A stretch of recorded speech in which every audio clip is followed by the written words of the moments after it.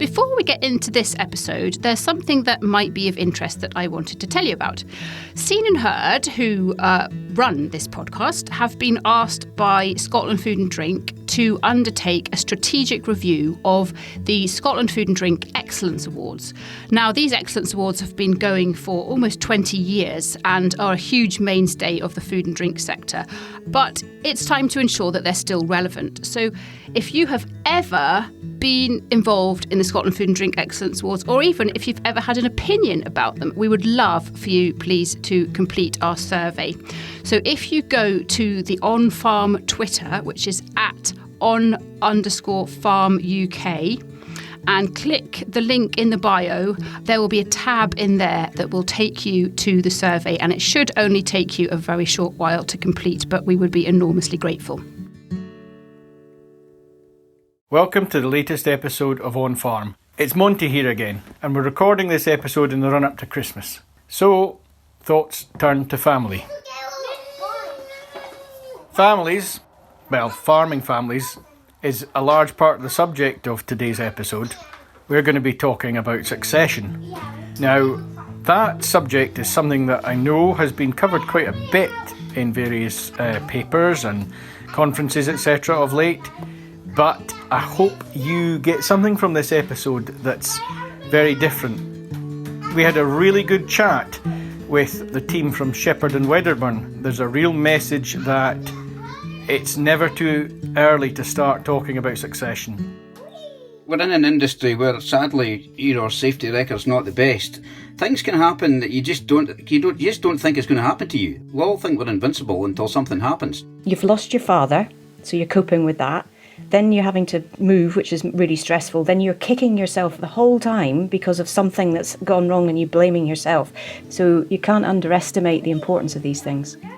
Now, although our daughters are still primary school age, and you can probably hear them here in the background playing with toy ponies, I guess the harsh truth is you just never know what's around the corner. As you'll hear in this episode, it's not just about when someone sadly passes away. Unfortunate things like Alzheimer's and dementia and people being incapacitated, and what happens then. How does a business go on if somebody's incapacitated, can't go on, or is no longer there? If you can't order seed, if you can't order feed, you've animal welfare issues, you've got a whole raft of things there. If somebody hasn't made a power of attorney, everything is stuck. What's the solution?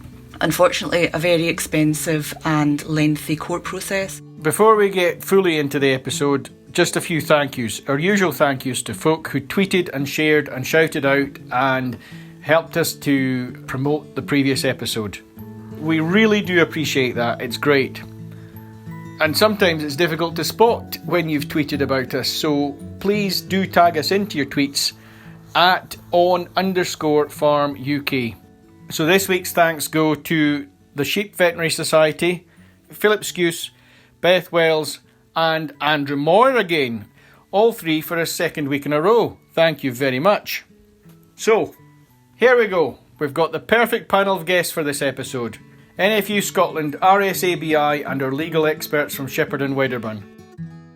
Yep. Hi, everybody. My name's Nina. I'm the Chief Exec of RSABI. I've been there now 7 years and I can't quite believe it. We help people in the farming community practically, emotionally and financially. People who are struggling with their everyday lives, and our welfare team and helpline team really kind of come together and help them through that process of getting on and getting better with themselves. As we're recording this remotely via Zoom call, I'm going to go, what will I do, anti-clockwise around my screen. So it's Gillian next. Gillian. Thanks, Monty. Yes, I'm Gillian Campbell. I'm one of 4 private client partners at Shepherd and Wedderburn. But I'm the resident partner in Aberdeen.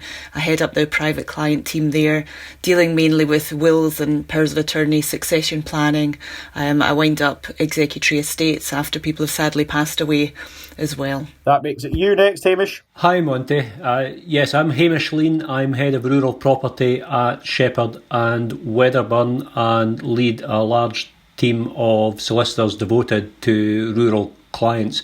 My own client base is predominantly made up of family farming businesses, and succession planning is something that's very close to my heart. And lastly, Martin. Hi Monty, I'm Martin Kennedy. I'm a beef and sheep hill farmer in Highland Perthshire, and I'm currently Vice President of NFU Scotland, and succession planning is obviously something that's affected me in the past and it's likely to affect me in the future, so I think there's going to be a lot of interest around our chat, I'm sure.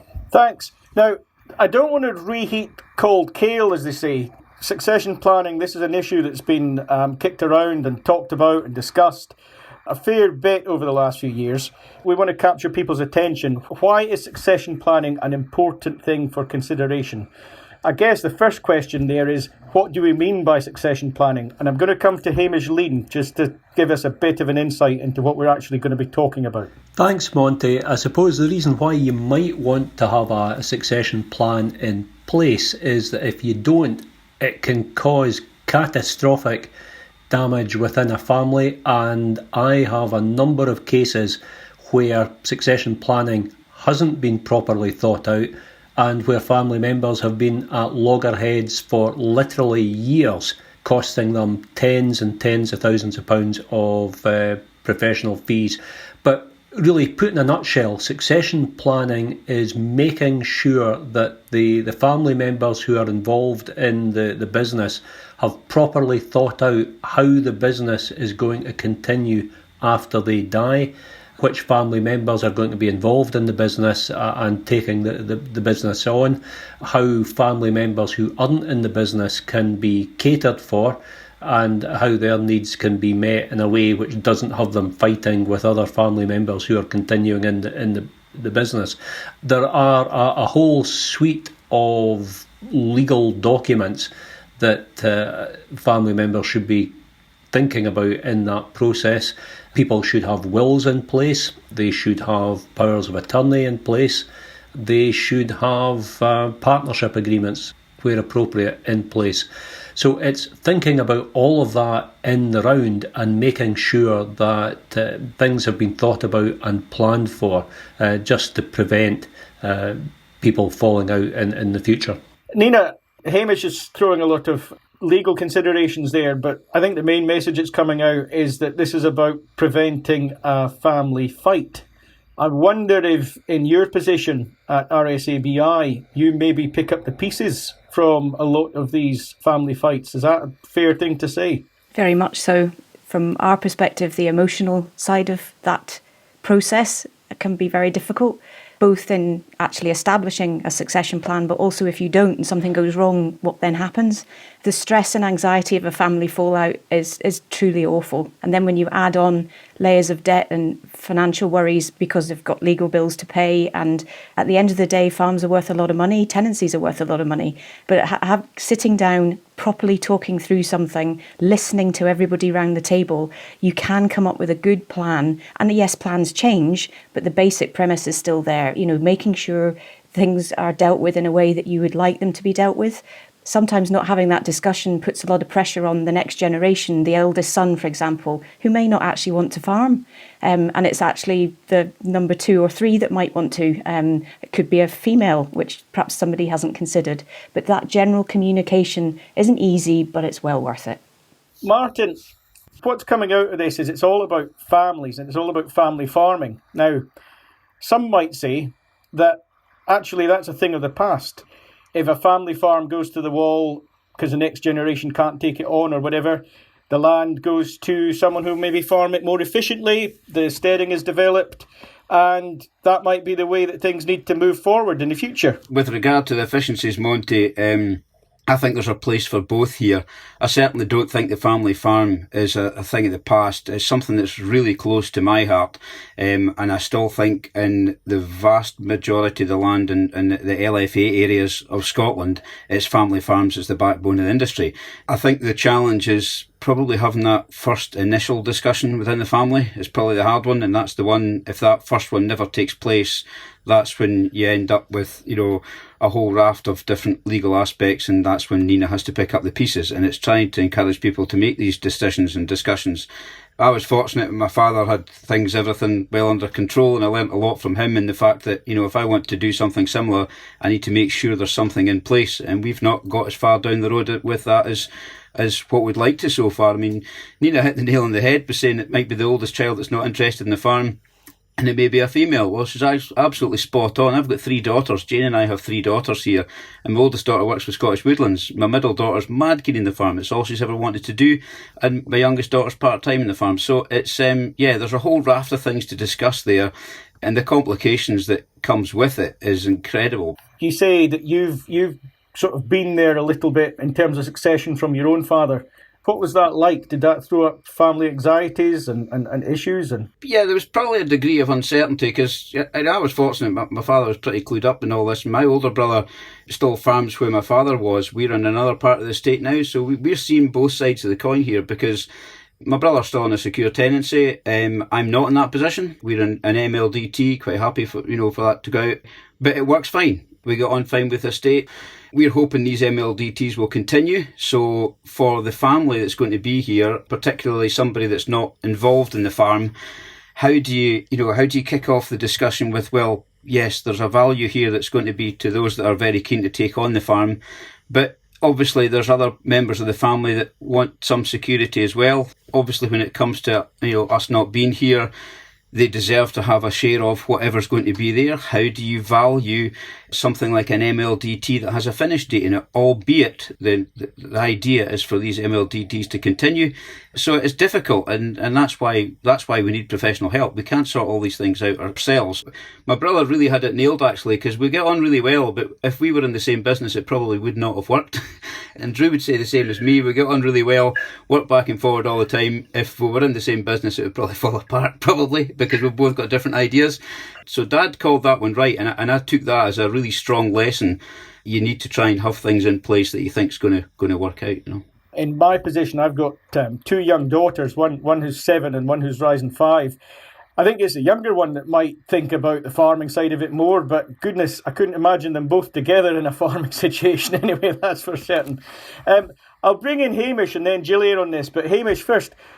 Martin referred to MLDT there. What's an MLDT from a legal perspective? So an MLDT is a modern limited duration tenancy, which is a tenancy for 10 years or longer. But it was interesting the points that Martin was making about agricultural tenancies, particularly about secure agricultural tenancies, because they are becoming increasingly valuable assets. But there are technical rules about transferring a secure tenancy from one generation to the next. If those technical rules aren't followed, the secure tenancy can end up being lost because either no steps were taken at all or the wrong legal step was taken after death of the tenant.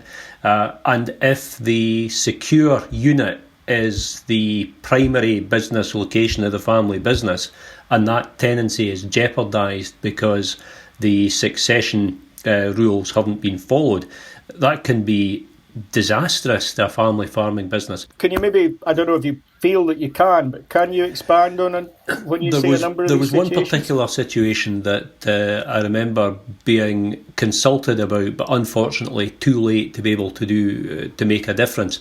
In a secure tenancy, it's quite common for the lease to say that the tenant isn't entitled to make a bequest of their interest as tenant in their will. And where the lease does say that, it's still possible for the tenant's interest to be inherited, and there's a transfer process involving the executors. In that particular case, the tenant died, and in his will, he left the tenancy to his son. But what the tenant who had made the will and the lawyer drawing up the will had overlooked was the fact that the lease said you're not entitled to make a formal bequest of your interest of the tenancy in the will. Now, the son, having read the will, then served a notice on the landlord saying, I've been left my father's interest in the tenancy and I'm accepting the bequest that was made in my favour and I'm now the tenant. The landlord was aware that the lease didn't allow the tenant to do that, so it simply sat back and did nothing. In due course, after a period of time, the landlord was in a position to serve a notice to quit on the son, who thought he was the tenant, but the son had no defence to the notice to quit because the proper procedures hadn't been followed, and that tenancy was lost. It involved the family home, it involved the family farm upon which the family depended for the business. The consequences were disastrous. Can you imagine having to pack up all your stuff out the house and move somewhere that you've lived probably all your life and generations before, sell all your cattle and sheep? That is the end of your business, just because of a legal technicality. I've come across cases like that, and you've lost your father, so you're coping with that. Then you're having to move, which is really stressful. Then you're kicking yourself the whole time because of something that's gone wrong and you're blaming yourself. There's folk who've gone really, really ill because of that, and it's affected them for the rest of their lives. So you can't underestimate the importance of these things. Gillian, it sounds like there's a list of do's and don'ts. There's a checklist here. You're the family lawyer in all this, and you'll see this from a farming perspective, a rural perspective. You'll see it from all sorts of families, I'm guessing. What should people be looking out for? Absolutely, thanks Monty. And that particular point that Hamish and Nina just mentioned there, with planning and forward thinking put into place, that can be avoided. It's just being aware of these issues and speaking to somebody that knows the best way to structure these things. You also mentioned as well, when we were discussing having young children and, not having a clue who might be interested in farming, who might not. And I think that puts a lot of farmers off coming in, because they think, well, what's the point of me going in to make a will? I don't have a clue who to leave the farm to. But there are ways that we can still deal with that and still have some kind of plan. You can put in place a fully discretionary will, where you can leave the terms of the will, I suppose, very woolly in terms of where certain parts or all of the estate are to go to, but direct that the estate or the farm is to be held in a trust by the trustees, executors, and it will be them to have the discretion to make the decision based on the circumstances at the time of death. It avoids farms falling into intestacy or being pushed into a decision about who you think might take the farm, who might be interested, and it turns out to be the wrong decision. It's also important to leave a letter, some kind of letter of wishes, some kind of blueprint for the trustees to follow. Going on from that, it's really important about choice of trustees as well. It's obviously not very sensible to have all of the children as trustees. Unfortunately, we do see that in some cases where clients do appoint the surviving spouse, whom failing or and all of the children, and hope that they'll all kind of put their heads together and do the right thing. And that can cause just lots of friction and lots of work for Hamish and I as well down the road. And relationships that will break down irretrievably, because usually by that time both parents have gone, so they're the glue that would usually keep the family together and get everybody around the table and come on, sort it out. They've gone. I wonder, Martin might be best placed to come in this. Martin, having sort of been through this, considered it in your own situation and indeed in your position with NFUS, what's the message here about when is the best time to start looking at these issues? When are we wanting to really be round the table and having these discussions? To be honest, I think it's as soon as possible. You don't always know what the situation is going to be, who's going to be involved, who's going to be keen in the situation. It probably doesn't mean to say that you don't have to have something in place that can be updated at a later date. As I say, we've looked at this. We haven't done anything formally yet, but we've had discussions within the family, but we're probably not as far down the road as we should be. Realistically, if something was to happen, we're in an industry where sadly, our safety record's not the best. Things can happen that you just don't think it's going to happen to you. Nina, do you want to come in on this? I would say it's really simple. Do it now. Do it straight away. And we've had one case where there was a sudden accident, just as Martin said.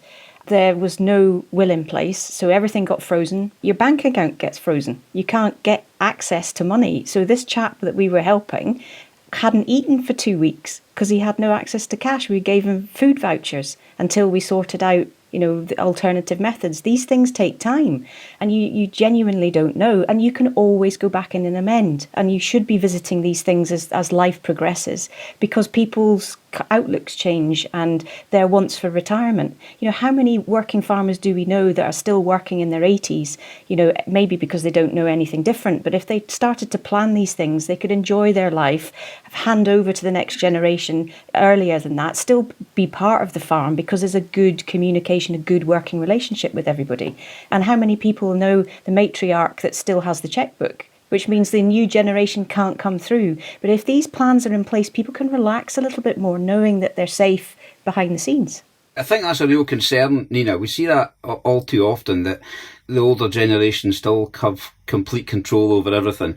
We see it incredibly often, and the next generation might be in their 50s and 60s and don't have any control or any say. And that's worrying, because then responsibility is a serious shock when it does actually have to happen. And they think, whoa, what's this I've got to do? And that's the reality. And I'm not saying that's the case right across the board. It certainly is not. I think there's more and more people recognising that the next generation is the ones that's going to take the industry forward. But we're seeing that all too often. And that's what can often cause the family splits, because then it comes to, well, who's taking responsibility for this? I don't know what to do here. Yeah, another case in hand where, mum was doing all the paperwork, all the cattle registrations. She died suddenly, had a short illness and passed away, and she was relatively young. But the next generation didn't have a clue and ended up getting into trouble because they didn't register their cattle properly. And it took us about 6 months, and BCMS were brilliant. We got new passports issued and everything. But just something as basic as that, it's infuriating. But we need to give the older generation what they're looking for as much as the younger. So why aren't they letting go? There'll be a reason for that, and that's what this discussion is. And sometimes it's quite useful to have someone mediating that discussion if it's difficult or tricky, because then people tend to behave themselves a little bit better, because when emotion comes into it, it's actually very difficult to be honest when you're dutiful to your parents, and vice versa. You want the best for your kids. Most, all parents do. I really hope that our listeners are paying attention to this, because it's important stuff that's coming out here. The woman that's milking her cows in the parlour and the guy who's got the earpods in and walking the dog and listening, I hope you just stop and think about this for a wee minute, because it is serious stuff. You touch on the need for what you would say arbitration there, Nina. Hamish, Gillian, do one of you want to come in on that? That can be important. What also helps with that is where the discussions are taking place at an early stage, because there's nothing like 10 or 20 years of pent-up resentment and bitterness exploding in a family discussion. That's quite something to see. And the longer that people delay putting off those really tough conversations, unfortunately, the worse it's going to be. We are getting down to some really tough, horrible topics here, really. It kind of makes you... Gillian, have you seen that? Have you seen this pent-up frustration and people sort of... I guess they've got grief on their hands as well, but they're also, bang, this is what I want. Why haven't I got my way? I see a lot of that, Monty. There's a lot of emotion. There's a lot of grief. There's a big trouble is that the lost parent generally isn't there to say, why did you treat me this way? Why did you give my brothers more than you've given me? There can be lots of suspicion of undue influence. Sometimes there's no funny business there. It's just for whatever reason the parent made that decision, but it's really difficult for the person that we're acting for, because they just see it as, completely unfair, and no, mother or father would never have done that. Some pressure must have been put on them.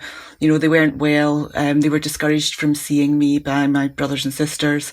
It's just all really unpleasant for them. It's hurtful. They're left hurt. They're left disappointed.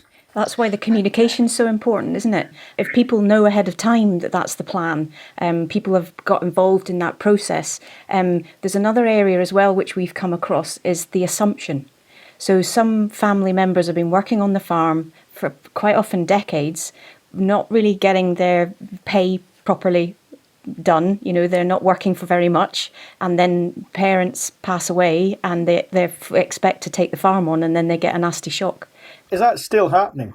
Is it still happening that there are people out there with the kind of head in the sand mentality, all this will be mine one day, and not actually going to speak to people like Hamish or Gillian and making sure that they are in the right? Is that still happening?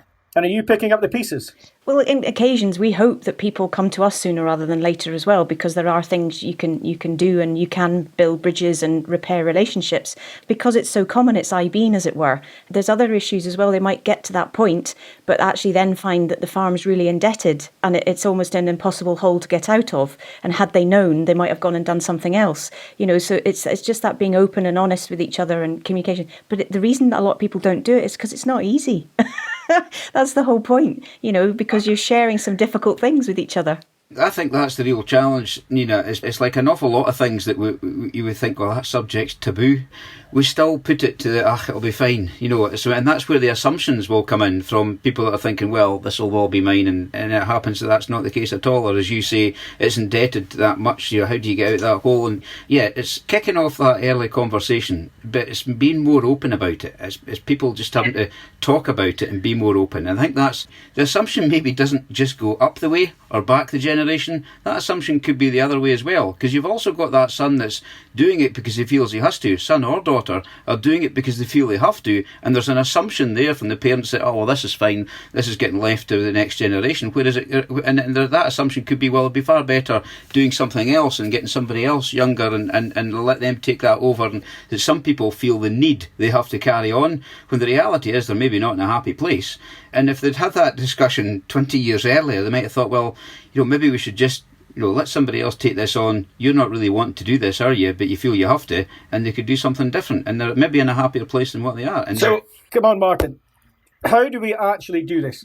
Who takes the bull by the horns and gets everyone round the table? I don't think it needs to be one single person. I mean, hopefully some of our listeners that's listening to this podcast are thinking, well, yes, we're not the parents, we're not the owner of the business, but maybe we could instigate this conversation and say, look, Mum, Dad, what are you thinking? What are your thoughts on this? A big message from this is what? Be brave. Just do it. Yeah, just do it. You're probably better to do it now. And in some cases, you might find that you're going to hear what you're expecting to hear. But there'll be the odd ones that might think, well, I wasn't expecting that. So that conversation's better to be heard now than it is 20 years down the line. Could I also flag up another issue, which is a lot of the family farming businesses that I deal with are farming partnerships. Typically the scenario will be parents and son or daughter as the partners in the business. Quite often the farm or farms have been owned by father and mother, but they are then put onto the partnership balance sheet. And the effect in law when that happens is that the farm doesn't belong to mum and dad anymore. They hold it in trust on behalf of the partnership. Now, why that's important is that a farm is obviously heritable property. According to Scots law, you're entitled in your will to leave your heritable property to whom you want. So you can leave it to anybody. Whereas if your property is movable property, once again, you can leave that to who you like, but your children have legal rights claims on the value of your movable property. So if mum, for example, owns the farm and enters into partnership with her daughter, the farm becomes partnership property. So mum's no longer the owner of heritable property. What she has is a right of movable property. She's a right to be paid out her interest in the partnership, which will reflect the value of the farm. But when mum dies, the daughter's two brothers and sister have legal rights claims on the value of mum's movable estate, and mum's movable estate comprises the value of the farm, because her movable estate is her interest in the partnership, and her interest in the partnership is made up partially of the value of the farm. So suddenly the succession planning which mum and daughter thought were in place, and that daughter was taking on the farm and so on, everything's up in the air, because the siblings are claiming legal rights and are entitled to a significant chunk of value, which if the daughter wants to continue farming, she's got to find that money and pay it out to her brothers and sister. And sometimes that's a very, very unpleasant shock, and sometimes the business just can't survive that. I think you've just highlighted, Hamish, why it's so important that we need to understand these things, because that the scenario you've just highlighted just now, I just wonder how many people are aware of that are in that situation. it really highlights the importance of this and getting these conversations going to understand these technicalities. I have quite a few, lots of clients over the years, farming clients who've come in to make wills, and I've asked them whether the farmland is in the partnership, if it's partnership property, or if it's not, if it's held by them individually and just used by the partnership. Almost invariably, they don't know. They really don't know. And it's not just the case that because their name is on the old title deed that it's in their name. It could have easily come over as partnership property, and we have to go and speak to the accountants and say, is the land within the balance sheet?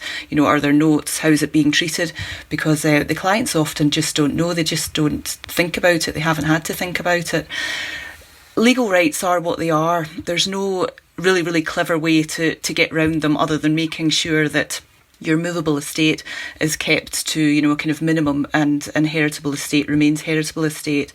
But legal rights discharges, as well as being made after death, when the executors explain to the potential claimants they have a claim, this is the value of the claim, that they can also in anticipation be discharged during the life of the owner, and that may be just voluntarily, or it could be that some planning has been put in place, some succession planning when it's come to other assets, and other value is passed during life, which can be good for inheritance tax planning, decreasing the value of chargeable estate onto children, but in exchange they are expected to sign a discharge of legal rights. And as long as they know the value of what they're discharging, then that's watertight. It's only if after death they've signed a bit of paper discharging their legal rights and actually find out that it was really something very valuable that they have signed away and that wasn't explained to them, and there's a potential challenge there.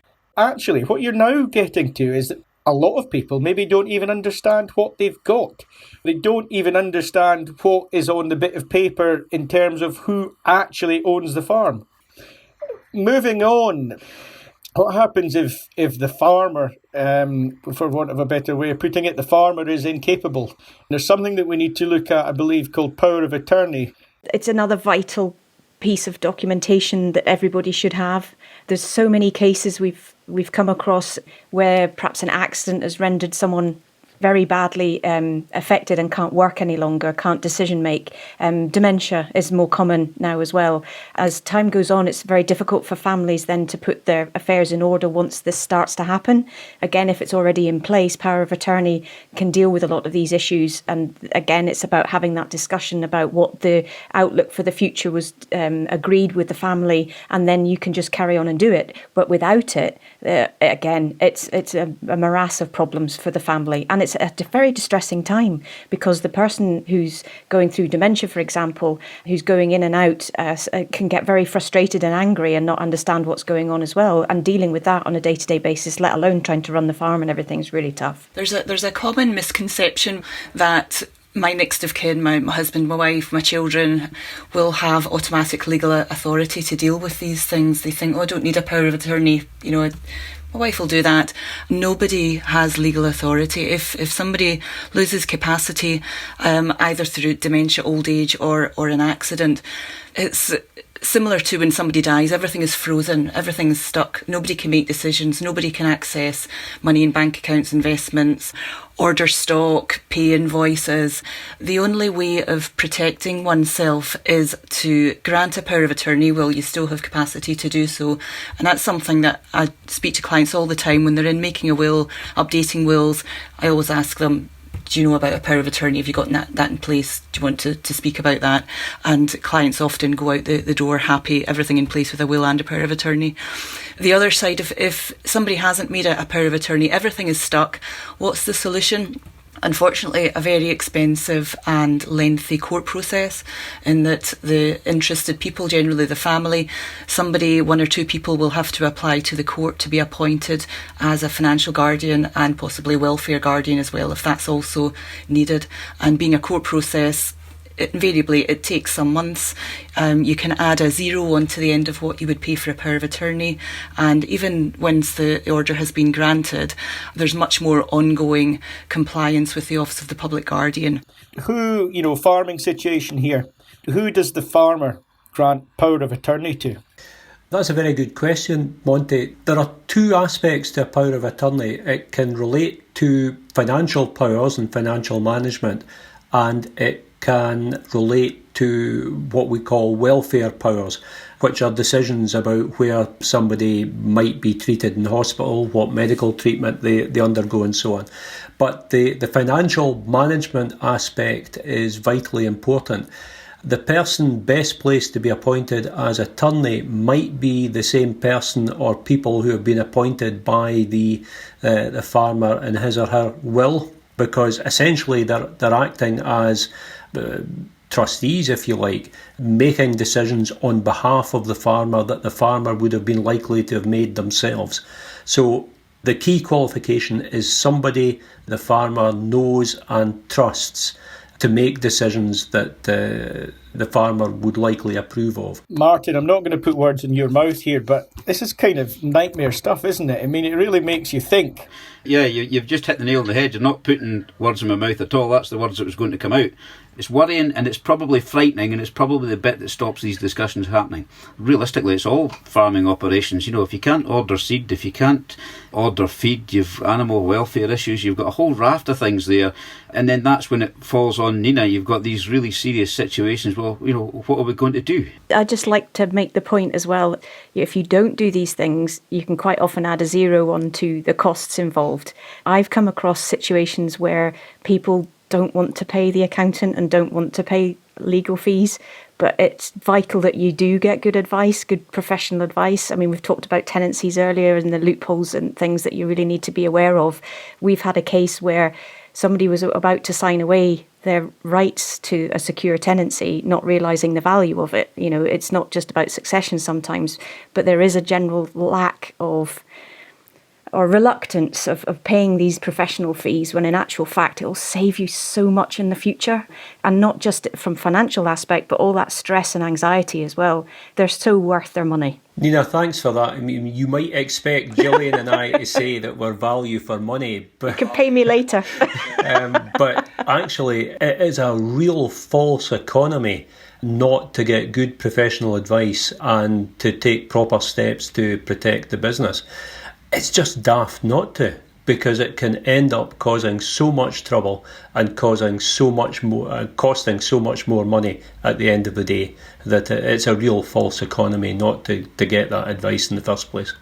But I'm glad you said it, not me, obviously. Hamish, help us to end on a lighter note. Grant everyone's wishes. Give one part of the family the money and the other the ability to farm. Is that doable? It is doable. Obviously, you don't want to saddle one part of the family with all the cash and the other part of the family with all of the debt. But you can take out insurances. You can make off-farm investments. For example, a flat in the neighbouring town, which will be destined to go to one of the children who isn't making their living on the farm. But you can only make provision like that if you start planning for it at an early stage. If you're near the end of your days and you're suddenly faced with all of these problems and you've not done any of that, it's going to be a much, much harder job. But you can share amongst family members. I often say to people that it's, as long as people feel that they've been treated fairly, that doesn't necessarily mean equally. But you need to have quite a lot of grown-up conversations before you get to that stage. Quite often it's just taking those first few steps. And I wondered if Martin and NFU Scotland, wonderful organisation, could maybe have a succession planning day in the year in the calendar that makes everybody in the industry have that discussion.